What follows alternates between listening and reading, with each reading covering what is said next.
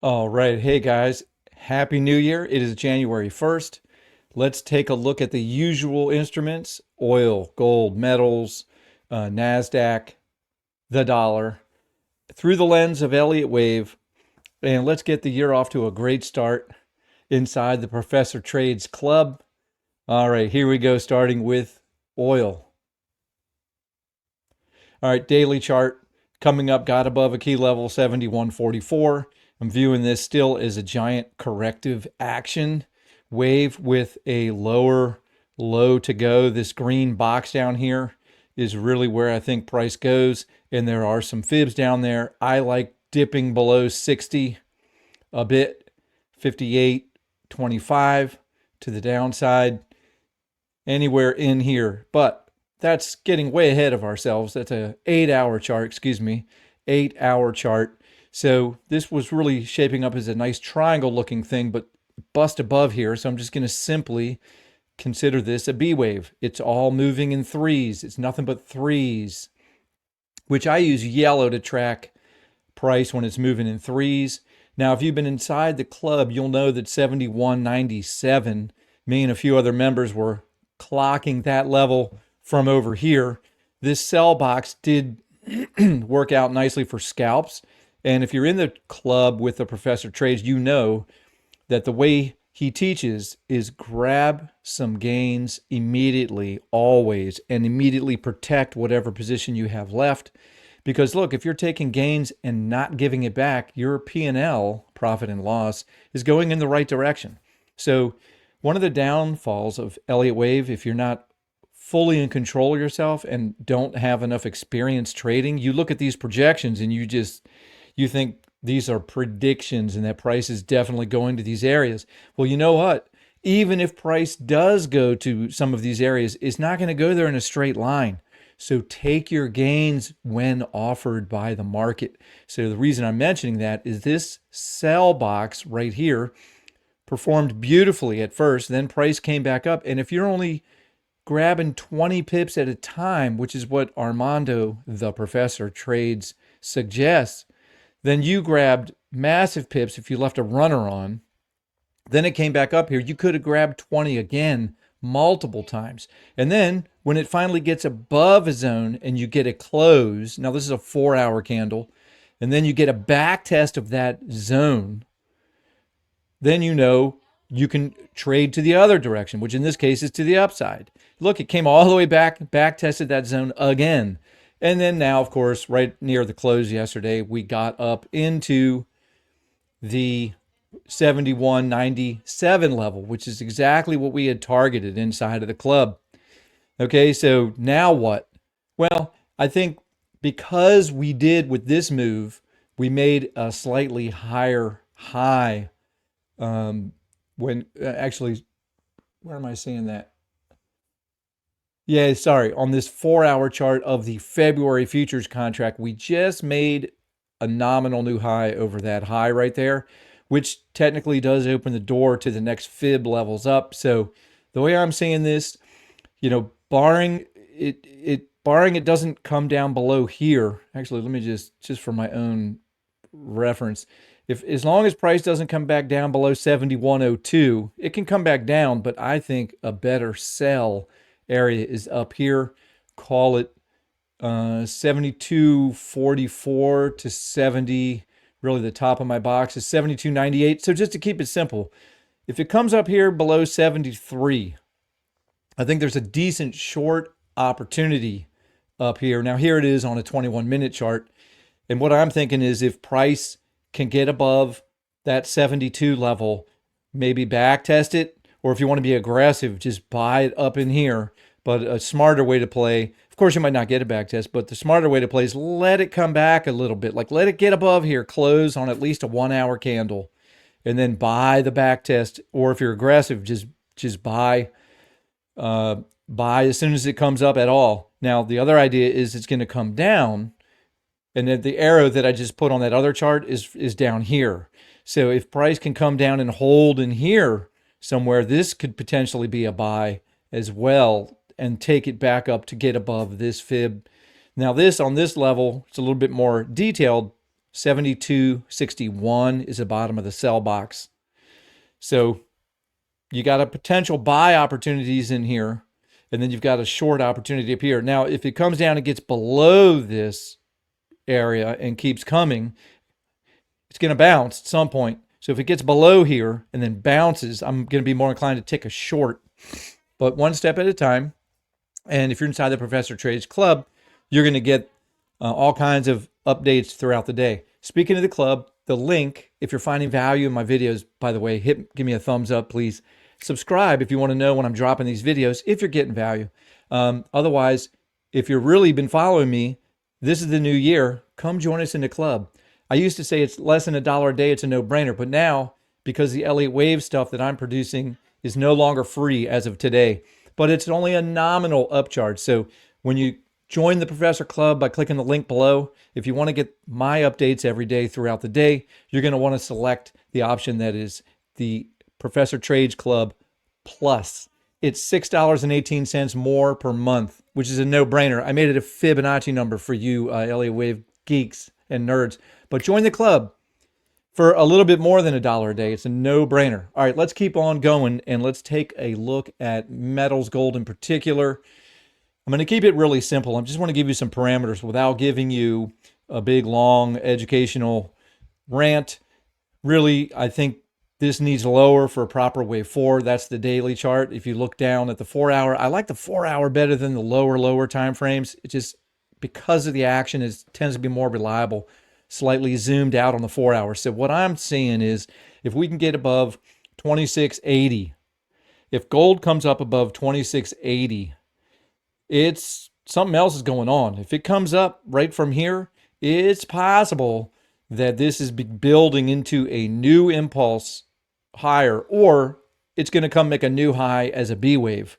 So, but this is the zone that I'm looking. This is a parameter derived by Elliott Wave, but this is a parameter. So if you're interested in buying gold, then maybe you just already need to buy it and put your stop below this last low at 2608.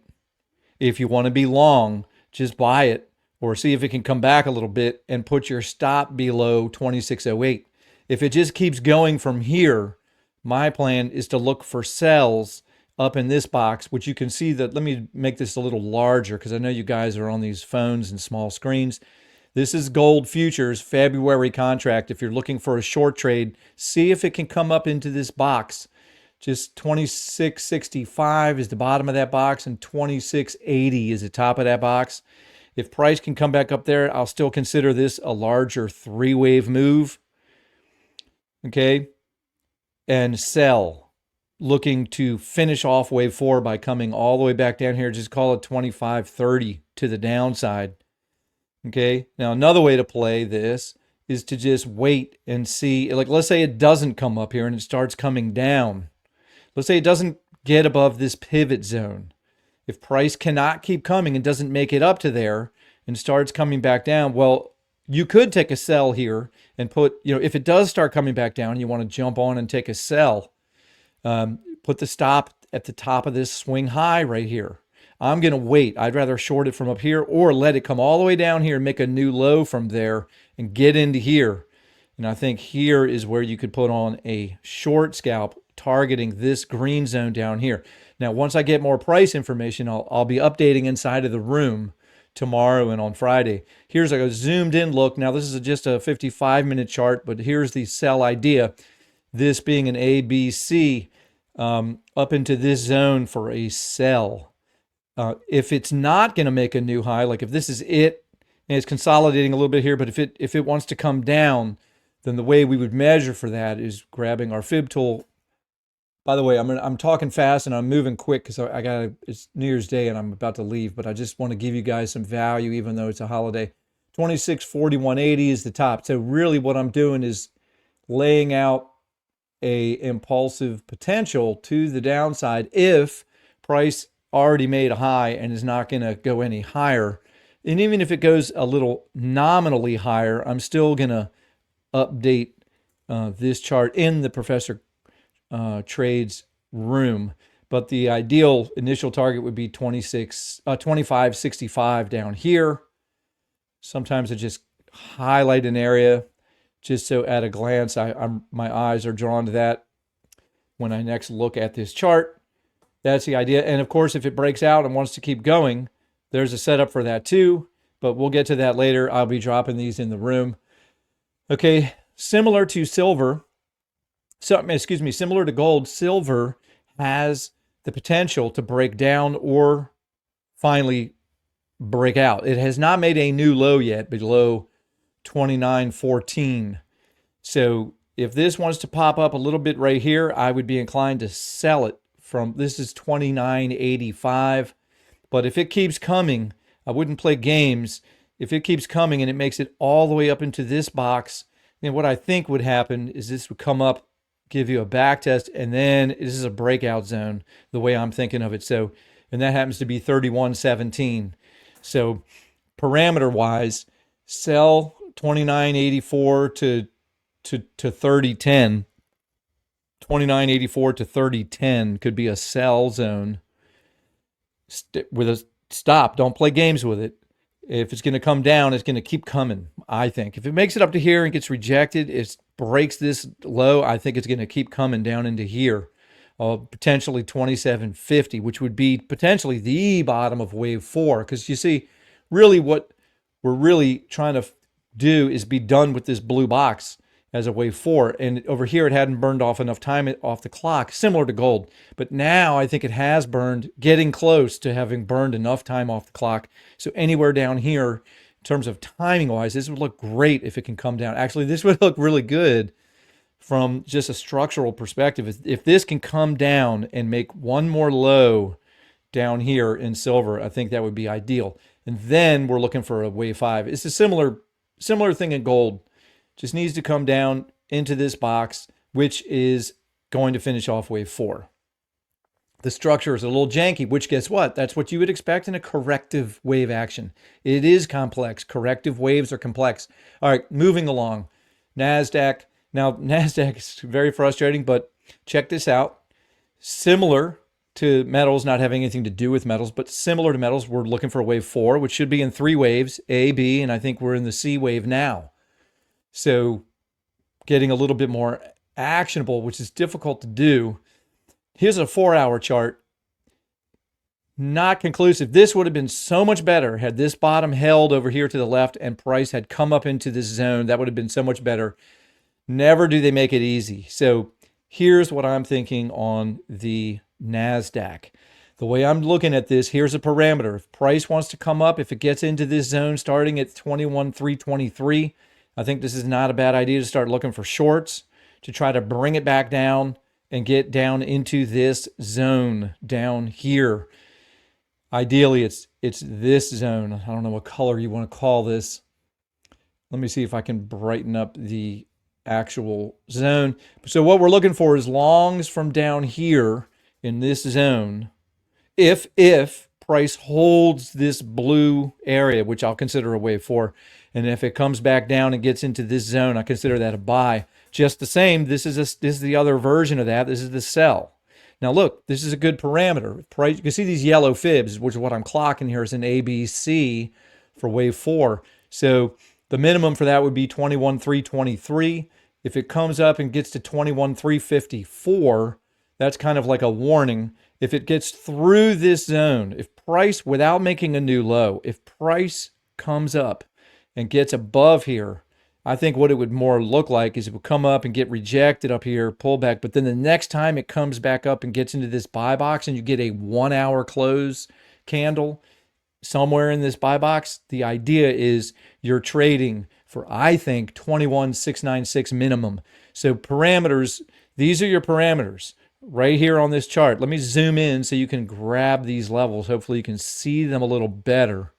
On the Nasdaq futures, March contract of the Nasdaq futures from the CME data feed, minimum target to short 21,323, 21,354, somewhere in here, looking for a swing short to bring it back down to this zone down here. The ideal target is somewhere down here, just call it 21,000, but I'll dial this in.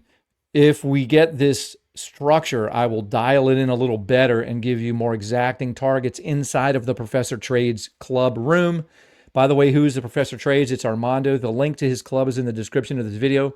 For a little more than $1 a day, you're getting all of the psychology and the scalping and day trading signals from Armando. And for a little more than $1 a day, you're getting the Elliott Wave stuff as well in the same club. Okay, so back to the chart. These are the parameters for the Nasdaq. Okay, so you've got them, right? And to the downside, look, if this just craps out right here, it certainly could come down. I don't have a sell in here. It's tricky, but I mean, as a scalper, I think a safer place, because it can come down into this zone. The 1618 is in this zone. So it's possible this needs to come down and tag that before it bounces. I'm just saying. So I wouldn't want to be, I'm trying to give you the highest probability sell area, and I'm going to just put this on there and advise with caution. Let me see where the 1618 is in here.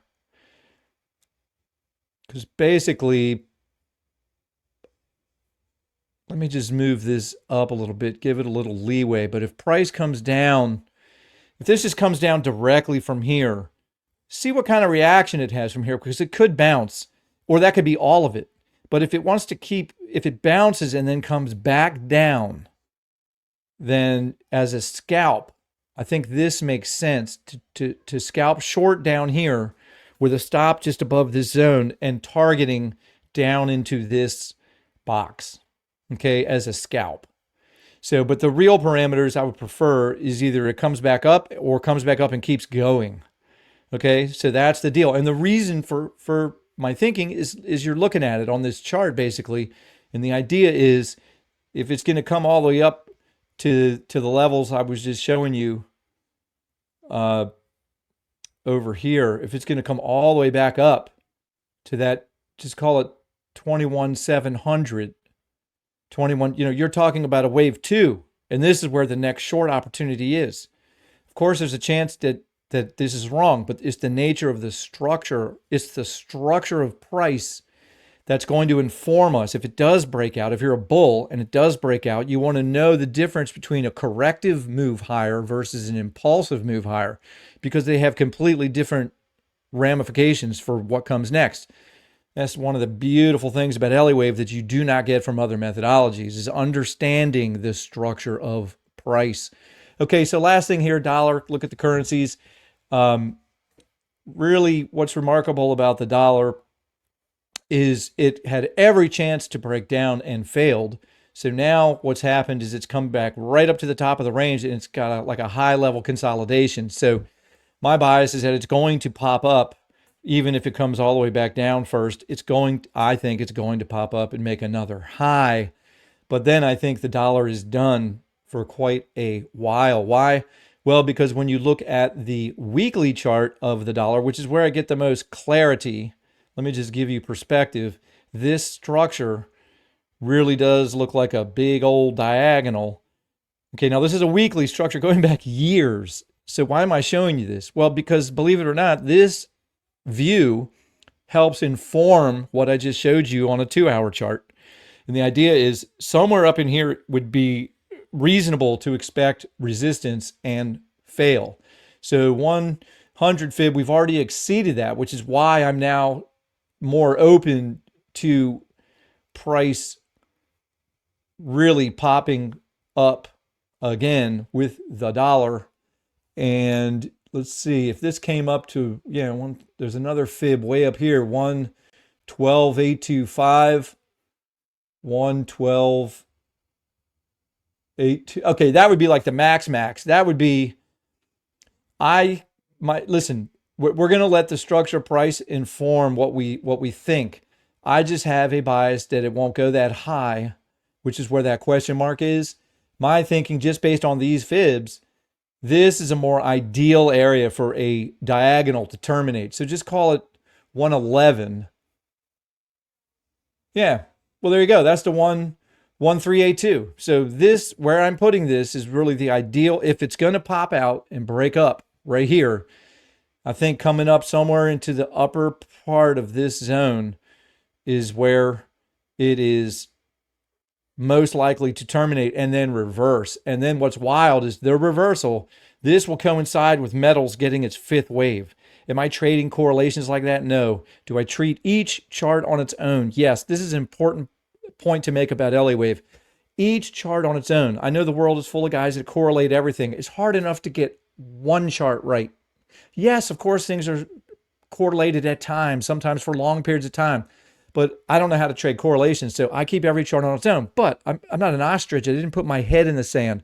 So what I'm saying is if you look at the dollar chart, if dollar is going to get a massive smackdown like this chart suggests, it makes sense that metals could be looking for their fifth wave higher as the dollar's dropping down. So that's fine with me. That makes sense. There's nothing against that. And there are other times for sure that metals and the dollar move they're not correlated. Sometimes they both go up at the same time. So I'm not trading correlations, but I just want to mention that this would be really amazing if the dollar pops up, breaks out one more time while metals is getting its one more low, while the dollar is getting one more high. Wouldn't that be interesting? There's a little bit of synergy there, but I'm not putting too much weight on that. I'm trading each chart on its own. Cannot overstate that.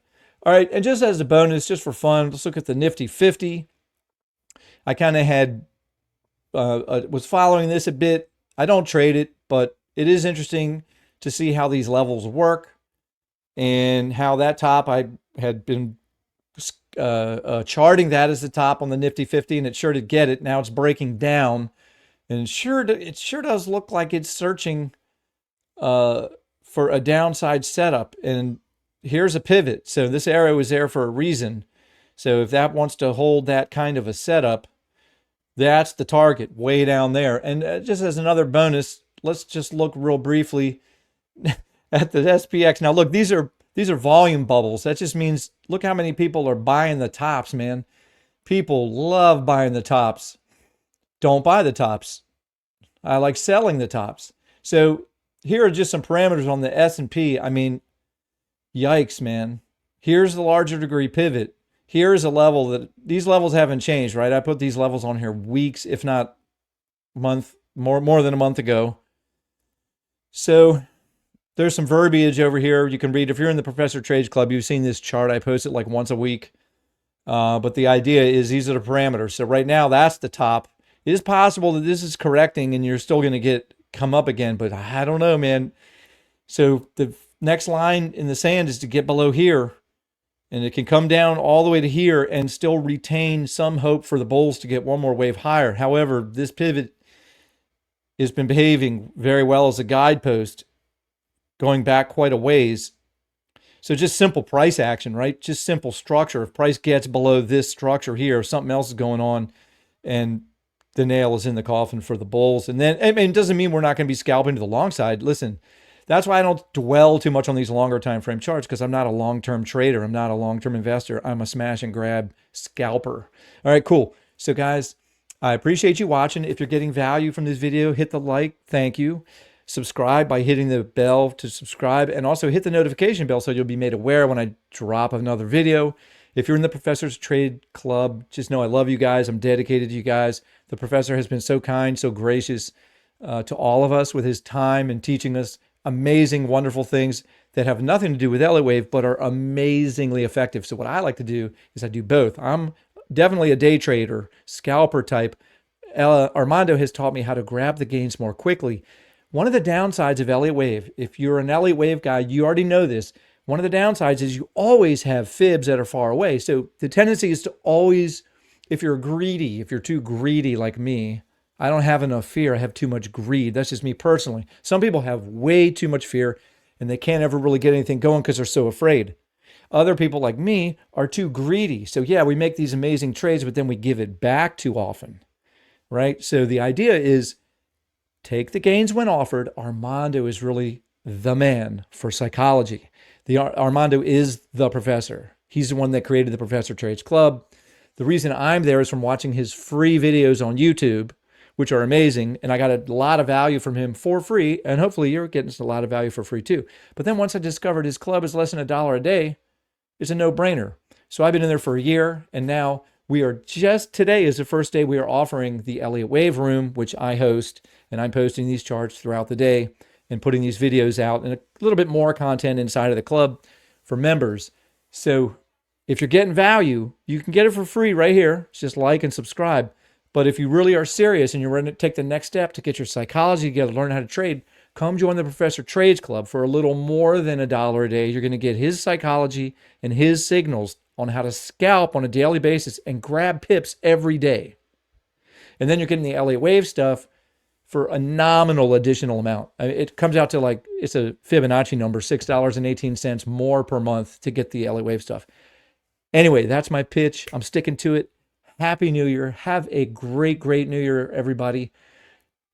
If you like what you're getting, do me a favor, drop a comment. Let me know that you're getting the value. I love it when you guys comment because it gives me the energy and the focus to keep doing this, to keep dropping value for you guys. I'm into it, but I like the encouragement because it keeps me going. All right, guys, have a fantastic New Year's Day, and I'll see you in the club. All right, bye-bye.